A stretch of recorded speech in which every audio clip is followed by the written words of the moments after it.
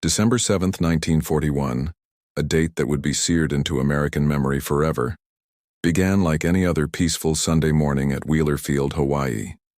Captain Owen James Baggett of the United States Army Air Forces awoke before dawn, unaware that within hours his world would explode into chaos and that his name would eventually become synonymous with one of the most extraordinary and debated combat stories of World War II.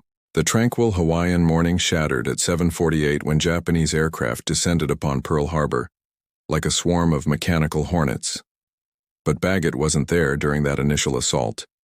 His moment in history would come later, thousands of miles away in the treacherous skies over Burma, where the impossible would become reality, and a drifting parachutist would achieve what seasoned fighter pilots struggled to accomplish with mounted machine guns. Fast forward to March 27, 1942. Lieutenant Owen Baggett, now serving as a bomber pilot with the 7th Bomb Group, found himself stationed in the China-Burma-India theater, a region where the war raged with a ferocity that matched the unforgiving jungle terrain below. The Japanese forces were advancing rapidly through Burma, threatening vital supply routes and pushing Allied forces back with relentless determination. Every mission carried the weight of desperation. Every sortie a gamble against overwhelming odds. On this particular morning, Baggett and his crew prepared their B-24 Liberator bomber for a raid against Japanese positions near Pinmana, Burma. The briefing had been terse, the intelligence sketchy at best. They knew Japanese fighters would be waiting. They always were. The Nakajima Ki-43 Oscar fighters had proven themselves deadly adversaries, agile and aggressive, piloted by men who had been fighting since the invasion of China years earlier. As Baggett's bomber lumbered into the sky alongside other aircraft from his squadron, the crew maintained their practiced vigilance. The waist gunners scanned the horizons, the tail gunner kept watch behind them, and the top turret operator rotated continuously, searching for the glint of sunlight on aluminum that would signal approaching enemy fighters. The drone of the 4 Pratt & Whitney engines provided a monotonous backdrop to the heightened alertness that every man maintained. According to accounts preserved in military archives and documented by aviation historian Eric Bergerud in his comprehensive work, Fire in the Sky, the Air War in the South Pacific, the Japanese fighters struck with typical ferocity approximately 40 minutes into the mission. The Oscars dove from above, their 7.7mm machine guns and 20mm cannons blazing, exploiting the blind spots in the bomber's defensive coverage with practiced precision. The engagement turned catastrophic within minutes. Baggett's bomber shuddered under the impact of cannon shells, hydraulic fluid spraying like arterial blood through the fuselage. Engines coughed and died, trailing black smoke. The aircraft, transformed from a powerful weapon into a falling coffin, began its death spiral toward the emerald jungle canopy below. The order to bail out crackled through the intercom, barely audible over the roar of wind through torn metal and the screaming of wounded engines. The chaos inside the dying bomber was absolute. Men scrambled through smoke and confusion, fighting against gravity and centrifugal force as the aircraft spun earthward. Owen Baggett grabbed his parachute pack with trained urgency, his fingers working automatically through the familiar motions even as his mind struggled to process the surreal transition from controlled flight to catastrophic failure. The emergency hatch beckoned like a portal to salvation, or perhaps merely a different form of death. One by one, the crew members tumbled into the void. Baggett was among them, pulling the ripcord and feeling the violent jerk as the silk canopy deployed above him. The sudden deceleration brought a moment of relief, quickly replaced by a different kind of terror. He was now utterly defenseless, suspended beneath a highly visible white parachute, drifting slowly through airspace, still crawling with hostile fighters. Below him, perhaps 2,000 feet down, the Burmese jungle spread like a green ocean, beautiful and indifferent to his plight. The silence after the roar of combat felt oppressive, broken only by the whisper of wind through parachute lines and the distant growl of aircraft engines. Baggett could see other parachutes scattered across the sky, white flowers blooming against the blue, each one carrying a vulnerable American airman. He could also see the Japanese fighters, circling like sharks that had tasted blood, and his stomach tightened with dread at what he knew might come next. Stories had circulated through the airfields and mess halls. whispered accounts of Japanese pilots shooting parachuting airmen. Some dismissed these tales as propaganda or isolated atrocities, but others swore to their truth. The Geneva Conventions explicitly forbade attacking parachutists in distress, but in the brutal calculus of Pacific warfare, such niceties often dissolved like morning mist. Each side harbored deep resentments and racial hatred that transformed combat into something more primal than mere military conflict.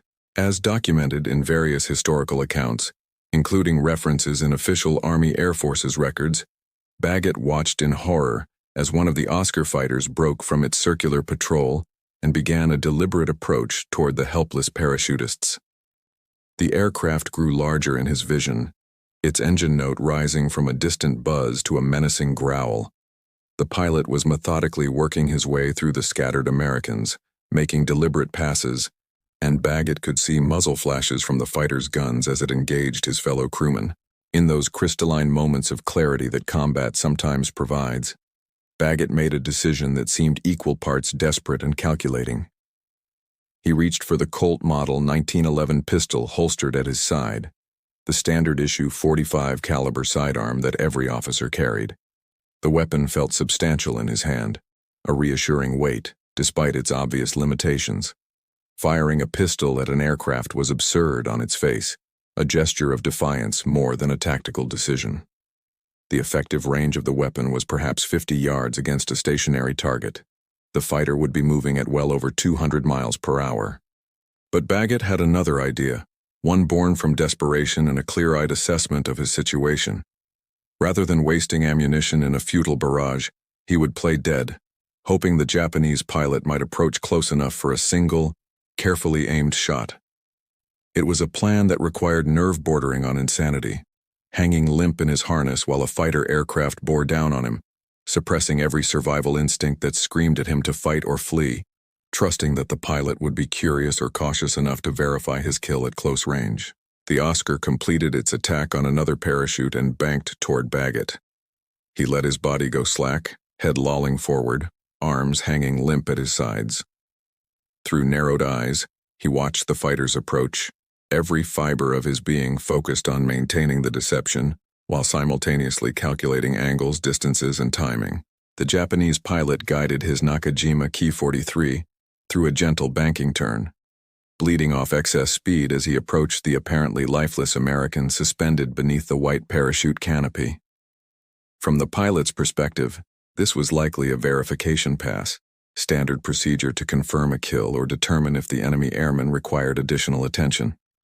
The propeller spun in a silver blur, its deadly arc promising instant obliteration to anything that passed through it. Baggett maintained his death-like stillness with extraordinary discipline, though his heart hammered against his ribs like a prisoner demanding release.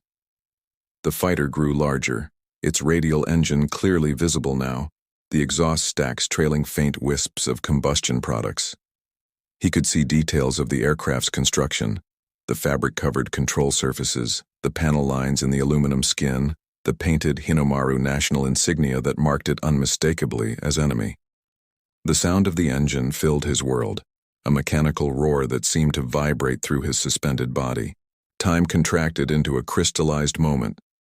The Oscar closed to within 30 feet, perhaps less. Accounts vary on the exact distance, moving slowly enough that the pilot could have been examining his handiwork, satisfying himself that this particular American posed no further threat. Through slitted eyes, Baggett could actually see into the cockpit, could perceive the pilot's face behind the canopy glass, could detect the moment when the Japanese aviator's attention focused on the apparently dead parachutist. This was the instant Baggett had been waiting for. In one fluid motion, he brought the Colt 1911 up, acquiring the target with speed born of countless training repetitions, and fired. The pistol's report seemed insignificant against the roar of the fighter's engine, the recoil familiar and manageable. He didn't fire a panicked spray of bullets. Accounts suggest he fired 4 deliberate shots, each aimed with the same care he might use on a practice range, targeting the visible pilot through the canopy. What happened next has been the subject of debate among military historians for decades. The Oscar fighter suddenly nosed upward, climbed perhaps 50 feet, then rolled inverted and began what witnesses described as an uncontrolled dive toward the jungle below. The aircraft impacted the canopy with catastrophic force, disappearing into the green mass and leaving a plume of smoke to mark its grave. Whether the pilot had been struck by one of Baggett's bullets, whether the sudden maneuvers represented an attempt to avoid fire before losing consciousness, or whether some mechanical failure coincidentally occurred at that exact moment, would become one of World War II's enduring mysteries. Baggett, his pistol still in hand and his mind reeling from the impossible thing that had just occurred, continued his descent toward the jungle. The entire engagement had lasted perhaps 15 seconds, a brief intersection of trajectories that would generate controversy and acclaim in roughly equal measure.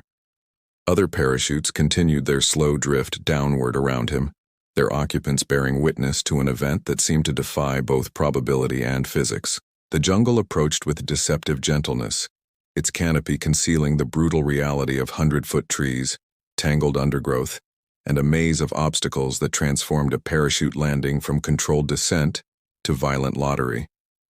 Baggett prepared himself for impact, tucking the pistol back into its holster and assuming the landing position drilled into every parachutist during training. The branches rushed up to meet him, and then he was crashing through the canopy, limbs whipping at his body, the parachute snagging and tearing until finally he struck something solid enough to arrest his descent. The impact drove the breath from Baggett's lungs, leaving him gasping and disoriented, suspended perhaps 20 feet above the jungle floor in a tangle of parachute lines, broken branches, and torn silk. For several minutes he simply hung there, conducting a mental inventory of his body, testing for broken bones or serious injuries. Miraculously, he seemed largely intact, bruised, scratched, cut in a dozen places by branches and bark, but functional. The sounds of the jungle pressed in around him, the screech of disturbed birds, the rustle of monkeys fleeing through the canopy, the distant drone of aircraft engines still circling above. Releasing himself from the parachute harness required careful work. A fall from this height could result in broken ankles or worse, transforming him from survivor to casualty, from evader to prisoner. Using his combat knife, he cut strategic suspension lines, lowering himself in controlled stages until his boots finally touched the spongy jungle floor. The ground felt surreal beneath his feet, solid and stationary after the swaying instability of the parachute descent. His training immediately asserted itself over the chaos of his thoughts. First priority, locate other survivors and establish whether the area was secure. Second priority, inventory equipment and assess the tactical situation. Third priority, initiate evasion procedures and begin movement toward friendly lines. But underlying all these practical considerations was the stunning realization of what had just occurred in the sky above. Had he really shot down a Japanese fighter with a pistol? The more he considered it, the more impossible it seemed. As referenced in multiple military accounts preserved in the Air Force Historical Research Agency archives, Baggett did encounter other survivors from his crew over the following hours. They had scattered across several square miles of jungle, each man conducting his own desperate navigation through terrain that seemed designed by malicious gods to frustrate human movement. The undergrowth grabbed at clothing and equipment with thorny fingers. Hidden roots waited to turn ankles. Insects swarmed in clouds that made breathing itself a challenge. The surviving crew members shared their observations of the aerial engagement. Multiple men had witnessed the Oscar fighter's approach toward Baggett's parachute, had seen the aircraft subsequently enter its fatal dive, though most had been too focused on their own survival to track precise details. Their accounts generally corroborated Baggett's story, while leaving room for the ambiguity that would fuel future debates. Had the pilot been hit? Had some other factor caused the crash? In the chaos of combat and the stress of their own desperate circumstances, precise observation had been impossible. The challenge now facing Baggett and his fellow survivors was formidable. They were deep in Japanese-controlled territory, hundreds of miles from friendly lines, with minimal survival equipment and no radio communication. The Burmese jungle itself represented a deadly adversary, home to tigers, venomous snakes, disease-carrying insects, and countless other hazards. Add to this the presence of Japanese patrols searching for downed airmen, and the arithmetic of survival looked grim indeed. According to historical accounts, the crew began a desperate trek toward the northwest, guided by pocket compasses and fragmentary knowledge of regional geography. They traveled primarily at night, navigating by stars when the jungle canopy permitted, hiding during daylight hours in whatever concealment they could find. Water was scarce despite the humid environment. Finding safe drinking sources required constant vigilance and often meant taking calculated risks. Food consisted of whatever they could scavenge. Fruits they hoped were edible, roots dug from the soil, insects consumed with desperate pragmatism. Days blurred together in a haze of exhaustion, fear, and grinding physical effort. Baggett's feet developed blisters that burst and became infected. Fever came and went, whether from malaria, dengue, or simple infection impossible to determine without medical expertise they didn't possess. The jungle transformed time into something fluid and unreliable. Days passed in the exhausting cycle of movement and concealment, punctuated by moments of terror when Japanese patrols passed nearby, or when suspicious sounds suggested enemy activity. Baggett and his surviving crew members moved through the green hell with increasing desperation, their physical condition deteriorating under the cumulative assault of disease, malnutrition, and psychological strain. The group dynamic shifted as the ordeal continued. Leadership fell naturally to those who maintained their mental clarity and drive to survive. Baggett, despite being an officer, found himself functioning as part of a collective where rank mattered less than competence and endurance. Some men maintained remarkable spirits, encouraging their fellows with dark humor and unwavering optimism. Others grew increasingly withdrawn, their eyes acquiring the 1,000-yard stare that signaled internal surrender, even while their bodies continued mechanically forward. Navigation proved to be their most persistent challenge. The jungle canopy blocked the sun for much of the day, making direction finding difficult during their cautious movement. At night, when they could travel more freely, cloud cover often obscured the stars. They relied on compass headings supplemented by terrain features and an incomplete understanding of the region's geography. Every valley looked identical. Every ridge promised to be the last before open ground. Every stream seemed to flow in contradictory directions. Waterborne illness struck several crew members with devastating force. Dysentery transformed strong men into trembling invalids, forcing the group to slow its pace or make heartbreaking decisions about whether to wait for recovery or leave the afflicted behind. Historical records preserved in various military archives indicate that the crew did maintain their cohesion, refusing to abandon their fellows despite the tactical liability that sick men represented. This solidarity spoke to the bonds forged in combat, and the fundamental decency that even desperate circumstances couldn't entirely erode. The local population presented a complex variable in their survival equation. Burma in 1942 was a patchwork of allegiances and ethnic tensions. Some villages harbored deep resentment toward the British colonial presence and viewed the Japanese as liberators. Others maintained loyalty to the Allied cause or simply wanted to be left alone by all armed factions. The downed airmen had to approach populated areas with extreme caution, never certain whether they would encounter assistance, betrayal, or aggressive neutrality. According to accounts documented in various historical sources, including unit histories compiled after the war, Baggett's group did receive critical assistance from Burmese villagers who risked severe reprisals to provide food, shelter, and guidance. These acts of courage rarely made headlines or earned official recognition, but they represented the difference between death in the jungle and eventual salvation. One village headman reportedly provided detailed information about Japanese patrol patterns and safe routes toward areas where Chinese forces might be encountered. As the days stretched into weeks, the physical transformation of the survivors became profound.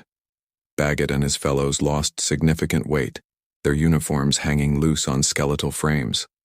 Tropical ulcers developed where minor scratches became infected, eating into muscle tissue with alarming speed.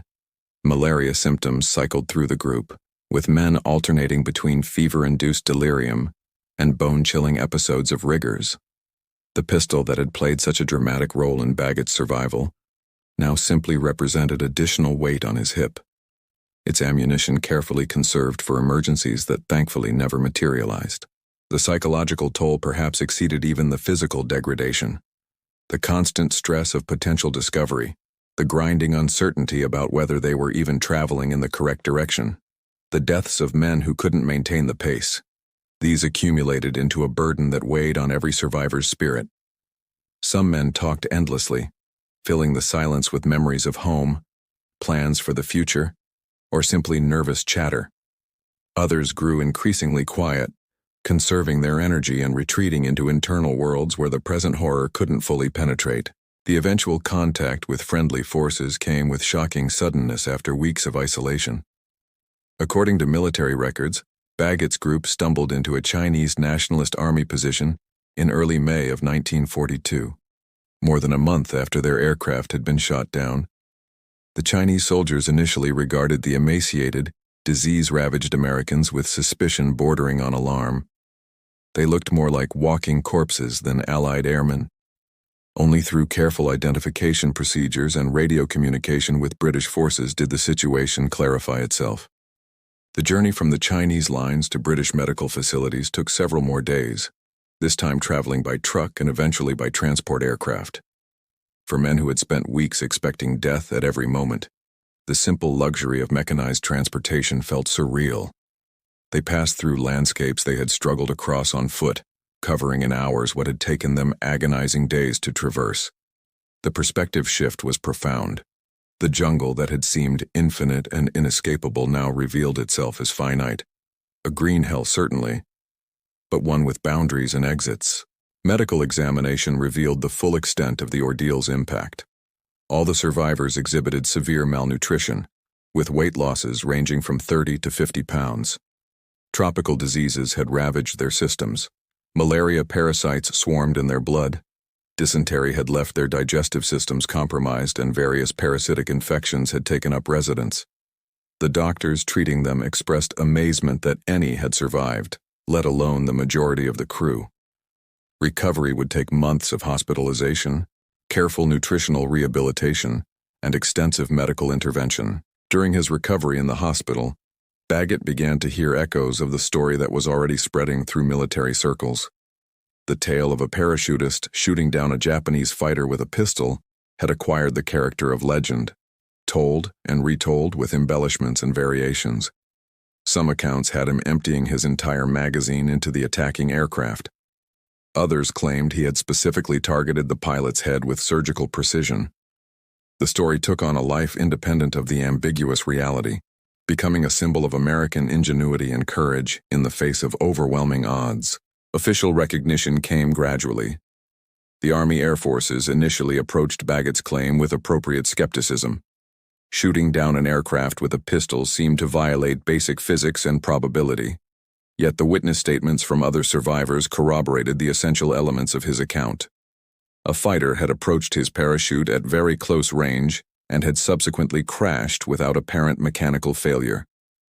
Whether his bullets had directly caused the crash remained technically unverifiable, but the circumstantial evidence was compelling enough that the Air Force eventually awarded him credit for the kill.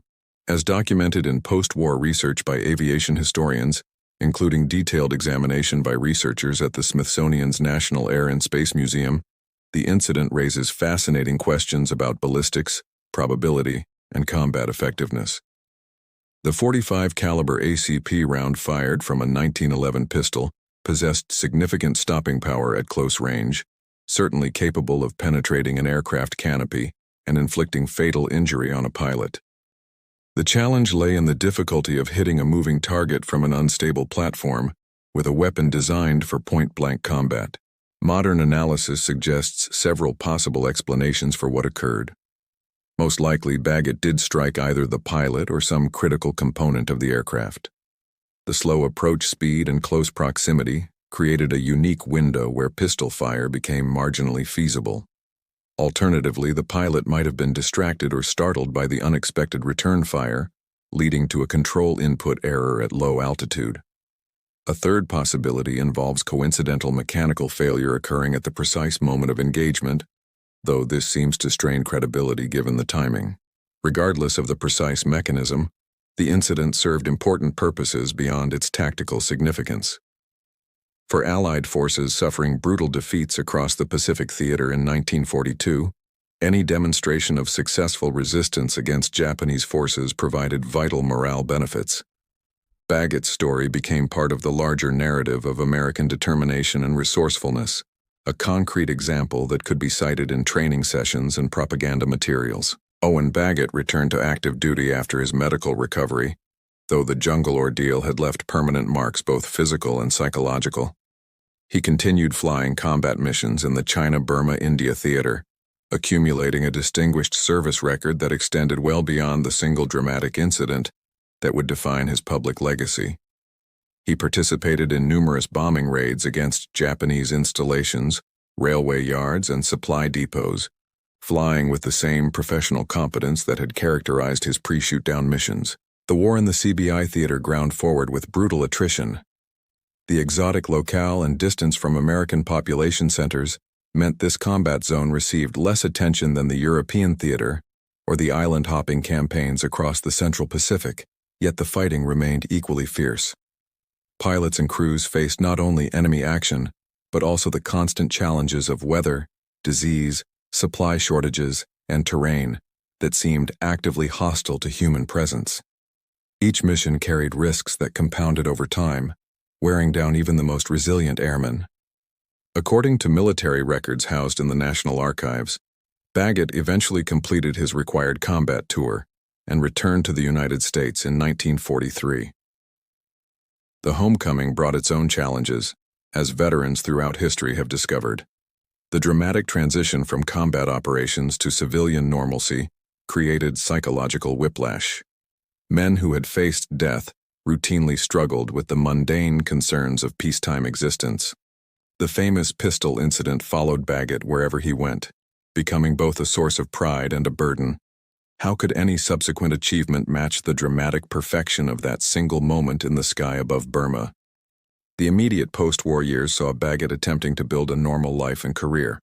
He remained in the military through the transition from wartime mobilization to peacetime establishment, eventually rising to the rank of colonel. His service included staff positions and command assignments, each evaluated on its own merits rather than on a 3-year-old combat incident. Yet the story persisted, appearing periodically in military publications, aviation magazines, and popular histories of World War II. The debate about the legitimacy of the shoot-down claim never fully subsided. Skeptics pointed to the impossibility of verifying Japanese losses in that specific engagement, the lack of physical evidence from the crash site, and the inherent implausibility of the feat itself. Supporters cited witness testimony, the official Air Force recognition, and the circumstantial evidence that something extraordinary had occurred. The truth likely resided in ambiguous middle ground. Baggett almost certainly fired at the approaching fighter. The fighter definitely crashed immediately afterward, but establishing direct causation with absolute certainty remained elusive. Aviation historians have documented other instances of unusual aerial victories during World War II, though none quite match the drama of Baggett's claim. There are verified cases of bombers ramming fighters in desperation, of pilots using flare guns to defend themselves, of aircraft brought down by thrown objects or even by propeller wash from larger aircraft. War created conditions where the improbable became merely unlikely, where men under extreme stress attempted desperate measures that occasionally succeeded against all odds. The Nakajima Ki-43 Oscar fighter that Baggett allegedly downed represented a formidable opponent in its own right. These aircraft, flown by experienced Japanese pilots, had achieved significant success against Allied bombers throughout the early war period. The Oscar's agility and climb rate made it a dangerous adversary, particularly against the heavy, relatively slow B-24 Liberator. That one of these fighters would crash during an attack run on parachutists, whether from pistol fire, pilot error, or mechanical failure, underscored the chaotic nature of aerial combat where advantage could shift in seconds. Owen James Baggett's military career continued into the post-war era, spanning the transition from propeller-driven aircraft to the jet age, from World War II's massive mobilization to the Cold War's nuclear standoff. He retired as a colonel in 1962, having served 21 years in the United States Air Force. His service record listed numerous commendations and awards earned through decades of professional competence, Yet the public memory fixated almost exclusively on those 15 seconds above the Burmese jungle. In March of 1942, the incident found its way into popular culture through various channels. Aviation magazines featured dramatized accounts, often accompanied by illustrated reconstructions that captured the scene's dramatic essence, while perhaps sacrificing strict historical accuracy. The story appeared in collections of unlikely military achievements, in books about World War II aviation, and in unit histories of the 7th Bomb Group. Each retelling added small variations, the distance varying from 10 feet to 50 feet, the number of shots ranging from 1 to 8, the aircraft's reaction described in increasingly dramatic terms. Military training programs occasionally referenced the incident when discussing survival techniques and improvised tactics. The lesson wasn't necessarily that pilots should carry pistols to shoot down enemy fighters, a grossly impractical takeaway, but rather that maintaining combat effectiveness even in apparently helpless situations could yield unexpected results. The psychological dimension mattered as much as the tactical one. Baggett's willingness to attempt resistance rather than accepting passive victimhood exemplified the aggressive mindset military institutions sought to cultivate. In 1996, more than 50 years after the incident, Owen Baggett passed away at the age of 82. His obituaries in military publications naturally led with the pistol shoot-down story, though they also acknowledged his longer service record and post-war contributions. The tale had achieved a form of immortality independent of its protagonist, having been absorbed into the broader mythology of World War II aviation. Modern researchers continue to examine the incident with varying degrees of skepticism and acceptance. The lack of documentary evidence from Japanese sources, itself unsurprising given the fragmentary nature of Japanese military records surviving the war, leaves a gap that certainty cannot fill. The Air Force's official position remains that Baggett received credit for the aerial victory, a determination made by officers closer to the event and with access to witnesses and evidence no longer available for contemporary examination. The broader significance of the story transcends the question of whether a specific bullet struck a specific pilot on a specific day. The incident represents the chaos and unpredictability of combat, the way extreme circumstances generate outcomes that peacetime logic would reject as impossible.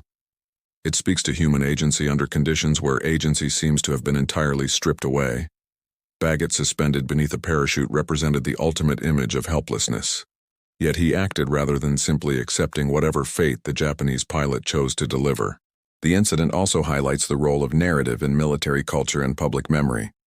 Wars produce countless acts of courage, desperation, and unlikely success, but only certain stories achieve lasting recognition.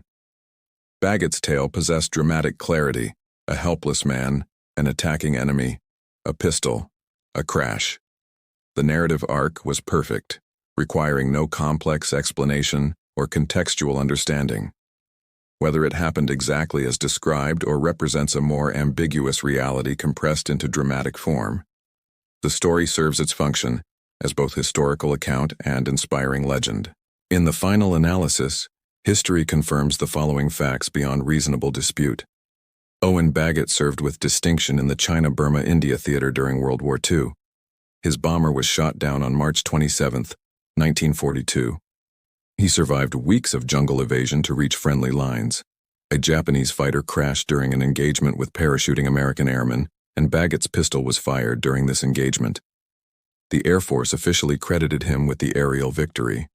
Whether his bullets directly caused the crash remains technically unverifiable, but the weight of circumstantial evidence and witness testimony supports the essential truth of his claim. And regardless of the precise mechanics, Owen Baggett's actions that day above Burma demonstrated that even in moments of apparent helplessness, courage and action could still shape outcomes, a lesson that transcends the specific details of any single combat incident.